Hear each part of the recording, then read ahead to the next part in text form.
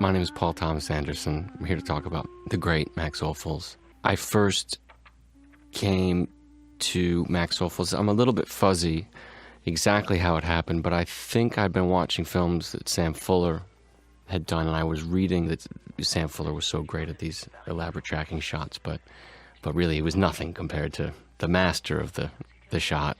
So it led me to find everything I could by Max Ophüls. Max Ophüls was really the first person to do with the camera what he did. There's nothing I've seen before these films that compares or comes close. But it's obvious to me now, the story's sunk into my DNA of how to tell a story or what makes an interesting story. It just got in there so strongly.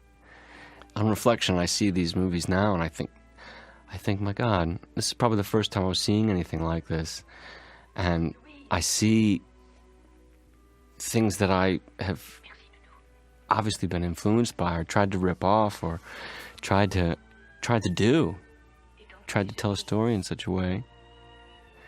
It's amazing how if a film is so good, it gets under your skin. It's one thing to have a reputation for being good at moving the camera, but you're really only as good as your dolly grip and your camera operator. And I imagine, just in how big the cameras were at the time, and some of the pictures that I've seen, that usually you see two guys pushing the dolly. The actors are doing so much work, and the extras as well, doing such a great job of occupying the background.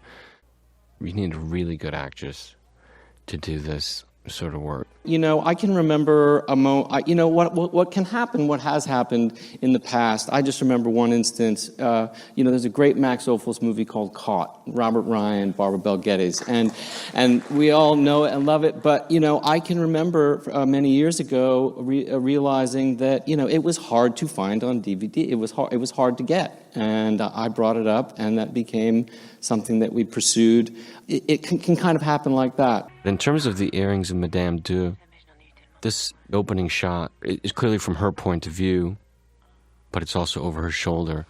And it doesn't really move on its own accord. It moves with her. It moves with her eyes. His introduction to this story gets you into it so that it doesn't matter what kind of film you're into, what kind of story you like to watch. You're grabbed by the throat that you're going to like this telling of it. Vittorio De Sica's appeal is a situation where once he comes on screen, you're being appealed to because he's so handsome, he's so charming, and so genuinely seems like a wonderful man. I don't know much about Vittorio De Sica as a man, but I know some of his films, and they obviously showed a tremendous amount of humanity and goodwill.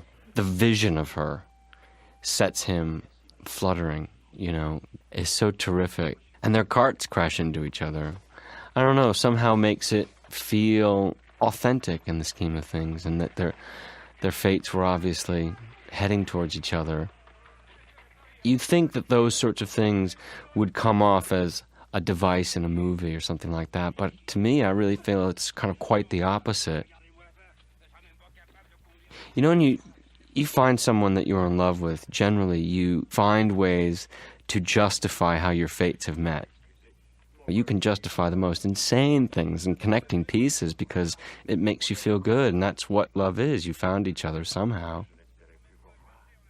So none of those things when it comes to love, actually, this could seem far-fetched at all, that they would see each other and then see each other days later or get their carts connected to each other, horses run into each other. If you have an actor that's in the frame that is capable of doing or is worth watching for that long a period of time, and she certainly is, she's just pretty magnificent. Kind of gets you all bubbly and lovey-dovey inside, sort of the way that they're dancing together. I start to really think about what the act of dancing must have been at that time. I think seeing them dance here, you see the way that her face sort of droops down a little bit, and the way that she's breathing, her body language doesn't seem to be one of her routines. Perhaps you're unsure of where she's coming from. She's known as a tremendous flirt, and you're not really sure if she's just sort of doing the once-over on him or on Vittoria De Sica or what, but I remember feeling when I first saw this, feeling much more in touch with her, that she is kind of out of her, the flirtation part of her act is a little bit over, that she's kind of fallen for him. It's a very good question about whether or not anything was actually consummated between the two. I'm kind of convinced that maybe some naughty business might have happened there. There's too much of a fever pitch, and too much has been gone through to just get together and kiss and have a chat. I just don't think you go to those great lengths so that you could just sort of stare into each other's eyes and you know, and whisper, "I don't love you, I don't love you." I understood where she was coming from. It was a lie that I expected her to tell, knowing what she'd gotten herself into, and quite honestly, I kind of could imagine myself trying to tell that same lie. You're so desperate to start something new and start something fresh. Anybody's first reaction generally on being lied to is, you know, well, that's it then. You know, you take sort of revel in being lied to sometimes. People, you know, and you say, "Oh, okay, I've been lied to, well, that's it, never again," whatever it is. That's a sort of natural response, you know, which is fine. But because it's clear to me that he doesn't really mean that, how sort of disciplined and masochistic that character is, and plotting, really.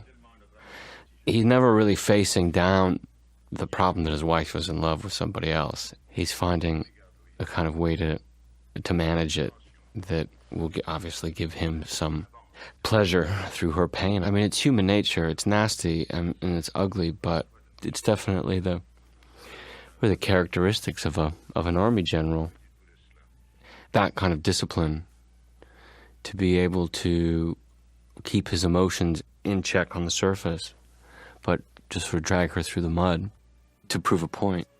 I might not search out a story about, you know, a woman in this period that was kind of trapped by her surroundings. You know, it might not appeal to me instantly. And there's humor, and there's a great actress, and there's a great story driving it. There's two great men in the leads. There's a great venue for the story. So you have all of these things that, you know, okay, these are great elements, but there's no guarantee that all of those things together makes a movie this terrific. Sort of his trick, I guess, really. You sort of can pick apart this and that about how he did it, but there's a certain point, it's just magic.